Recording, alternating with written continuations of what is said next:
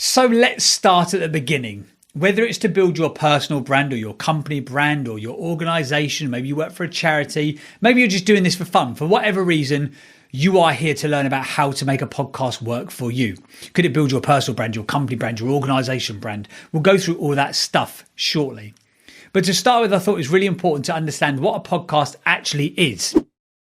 So the dictionary definition of a podcast is a digital audio file made available on the internet for downloading to a computer or mobile device. Typically available as a series, new installments of which can be received by subscribers automatically.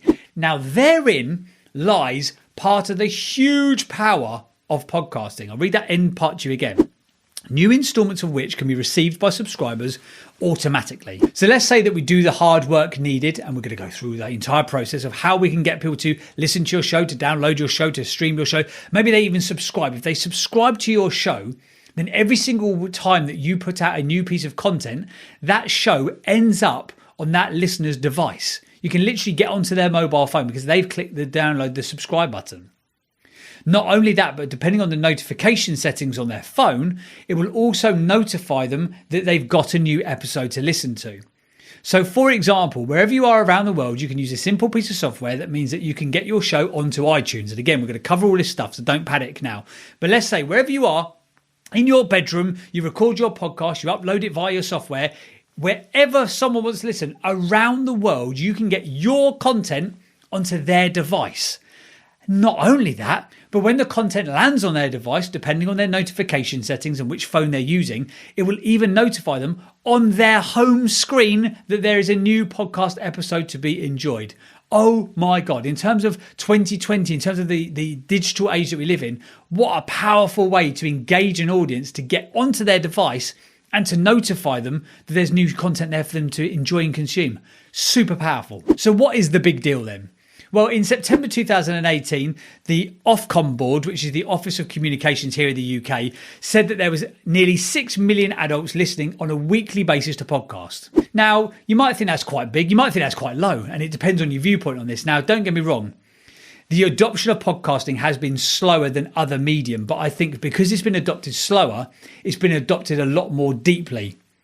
So, for example, TikTok, Facebook, Insta, Twitter, all these things pop up on the scene, and within a matter of months, it seems, you've got 50, a million, 100 million, 200 million users globally, etc.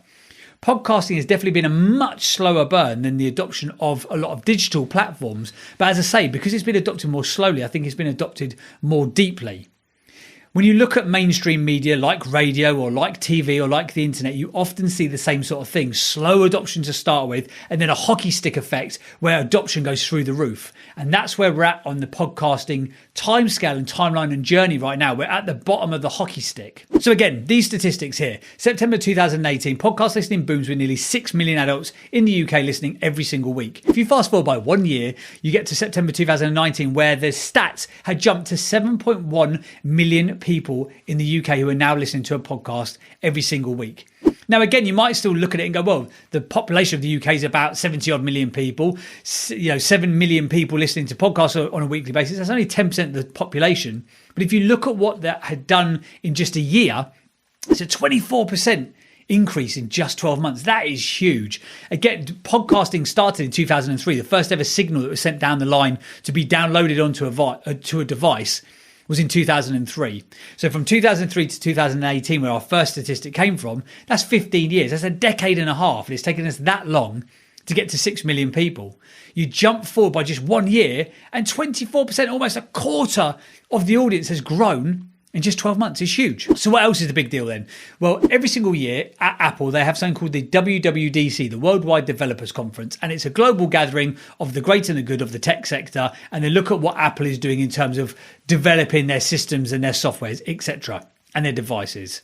So in June 2018, at the WWDC, the Worldwide Developers Conference, Apple came out with some statistics about how big podcasting was on their platform. Up until that point, as you might have expected, it was a little bit cagey with the information that it put forward. There wasn't that many details, that many statistics. So it's the first time us as podcasters could get a real insight as to how big podcasting was on the biggest platform at that point in time on the planet. In June 2018, they said there was 18 million episodes and 525,000 active shows. So remember those stats, 18,525,000. They did another survey in January 2020, so just 18 months later, and those numbers had shot up to 30 million episodes across 900,000 active shows. And we've just, at the time of recording, we've just gone across the million show mark. But just to give you an idea of these stats, because these are kind of robust and research statistics. So in 18 months, from September 2018 to January 2020, that was an increase of 40% increase in the number of episodes. 42% increase in the number of shows, which is absolutely huge. It also then begs the question, has the bubble burst? And it's a legitimate question, don't get me wrong. But the answer very simply is no. If you look at the statistics on your screen now, 36% of people, this is as a global average, have access to podcasts in the last month. Now, if you think about Facebook, Twitter, Insta, let's look at social media as a whole medium. How many people are on that? 50, 60, 70% of people? Compare that to the comparatively low figure of 36% who are listening to podcasts on a global basis. It shows you how far as a medium we've got to go just to catch up with other mediums, which shows what an exciting time it is. As I say, on the timeline, the life journey of podcasting, I genuinely believe we're at the bottom of the hockey stick where it's about to spike up through the roof. Also, depending on where you're listening or watching this video from around the world, if you look at the bottom left of that little white screen there, you can see how far we've got to go across the board, especially in Europe, just to catch up with the global average. You know, the UK, just 21%, Netherlands, 21%, Germany, 21%, Japan, 23%, Belgium, 23%, etc., etc., etc. So just to get in line with the global average, let's look at the UK, for example. Just to get in line with the global average, you've got to get another 15% listening just to get in line with the global average. Oh, what a staggering opportunity that we have got with this medium. So again, 7.1 million people in the UK right now are listening to podcasts every single week. And that number, they reckon, is going to be exploding even further. We're definitely at the bottom of the hockey stick.